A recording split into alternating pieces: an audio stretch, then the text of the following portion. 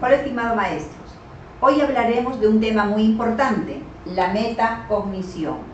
Cómo promoverla durante las actividades que se desarrollan en el día a día en las clases. Y esto lo haremos a la luz del análisis de dos casos. Miremos entonces qué cosa es la metacognición.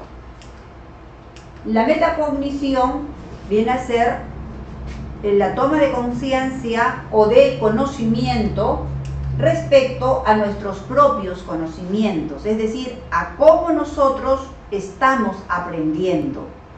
Además, también de que eso nos permite controlar y regular el uso de estos procesos cognitivos, es decir, tomar conciencia, tener conocimiento de cómo estamos nosotros aprendiendo para poder controlar y regular el uso de los procesos cognitivos a fin de poder obtener un resultado. Miremos entonces que esta metacognición tiene dos elementos importantes: la metacognición como proceso y la metacognición para poder analizar el producto. Metacognición como proceso es cuando estamos desarrollando una tarea. Y cuando estamos desarrollando una tarea, por una cuestión lógica, siempre nos hacemos muchas preguntas, ¿no? Por ejemplo, ¿qué estoy haciendo? ¿Por qué lo hago? ¿Cómo se hace? ¿No? ¿Y cómo lo voy a desarrollar? Pero también tenemos la metacognición como producto, es decir, cuando ya hemos terminado una tarea, para evaluar esa tarea. Entonces, recuerden que esa metacognición la tenemos que hacer cada uno de nosotros, y cuando trabajamos con los estudiantes, promover a que ellos puedan realizarlo. Entonces, en esta metacognición como producto estamos hablando de la tarea ya terminada. Por lo tanto, ahí planteamos estas preguntas: ¿cómo lo hice? ¿Qué dificultades tuve? ¿Cómo puedo mejorar? ¿Me gusta hacerlo o no me gusta hacerlo? Como verán ustedes, estimados maestros, la metacognición exige reflexión. Una reflexión que permite que el estudiante pueda darse cuenta de lo que está haciendo y qué es lo que debe hacer para poder mejorar. Entonces, viendo esto, ahora vamos a analizar dos casos. El primero dice: los niños de 5 años se encuentran jugando libremente en los sectores. Para hacer rodar una bolita, Cristina ha construido un camino con trozos de cartón, pedazos de tubo y otros materiales. Sin embargo, la niña se muestra contrariada. Cuando la docente le pregunta qué sucede, Cristina le comenta que no entiende por qué la bolita no avanza. O sea, hasta aquí la niña está conflictuada, ¿verdad? O sea, porque ella está haciendo esas cosas, pero de pronto no entiende por qué esa bolita no avanza, se está conflictuando. Y luego dice: la docente observa que el tramo del camino en el que se detuvo la bolita está ligeramente elevado.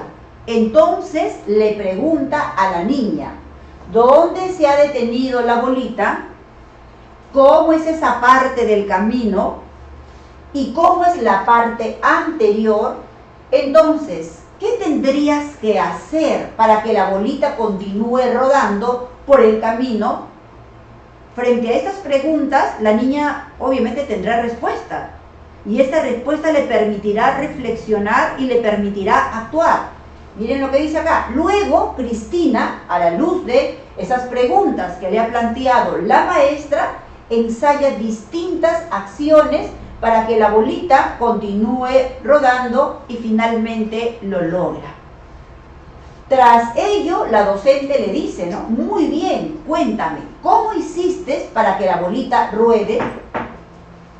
¿Cuál de los siguientes procesos de aprendizaje promueve la docente principalmente en su intervención? O sea, estamos hablando de lo que la docente hace, lo que la docente promueve para que la niña pueda desarrollar esa tarea.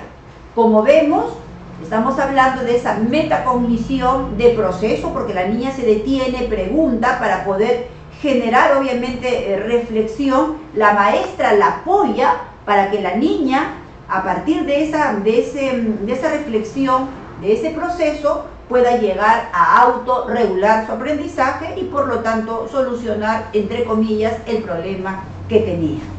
Entonces, si la niña ha generado reflexión, si la niña ha logrado hallar esa respuesta producto de esa reflexión, ¿cuál de los procesos de aprendizaje promueve la docente, principalmente en su intervención? Ya sabemos que es la metacognición, porque uno puede decir conflicto cognitivo no promueve eso la docente. La docente, si genera el conflicto cognitivo, las preguntas serían diferentes, ¿no?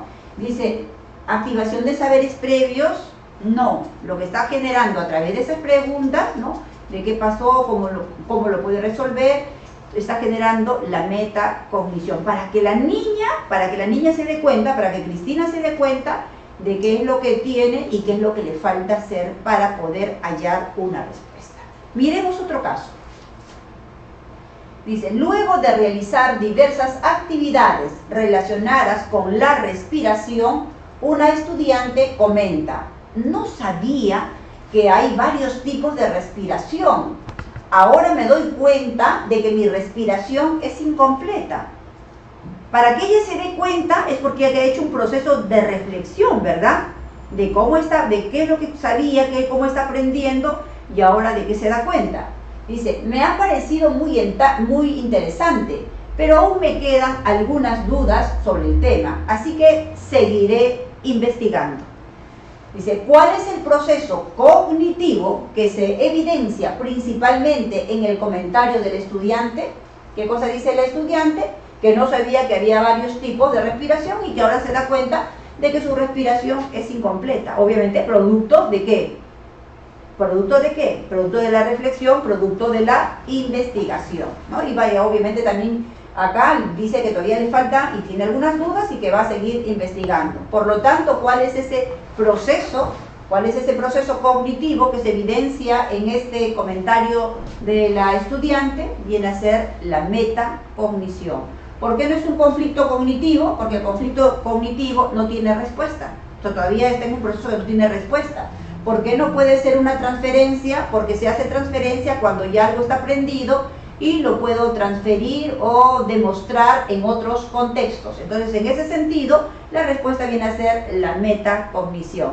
Se hizo algunas preguntas, halló respuestas y va a seguir investigando para seguir hallando respuestas. Es decir, autorregular su propio proceso de aprendizaje. Estimados maestros, espero que esto les sirva para su práctica pedagógica. Muchísimas gracias, hasta un próximo video.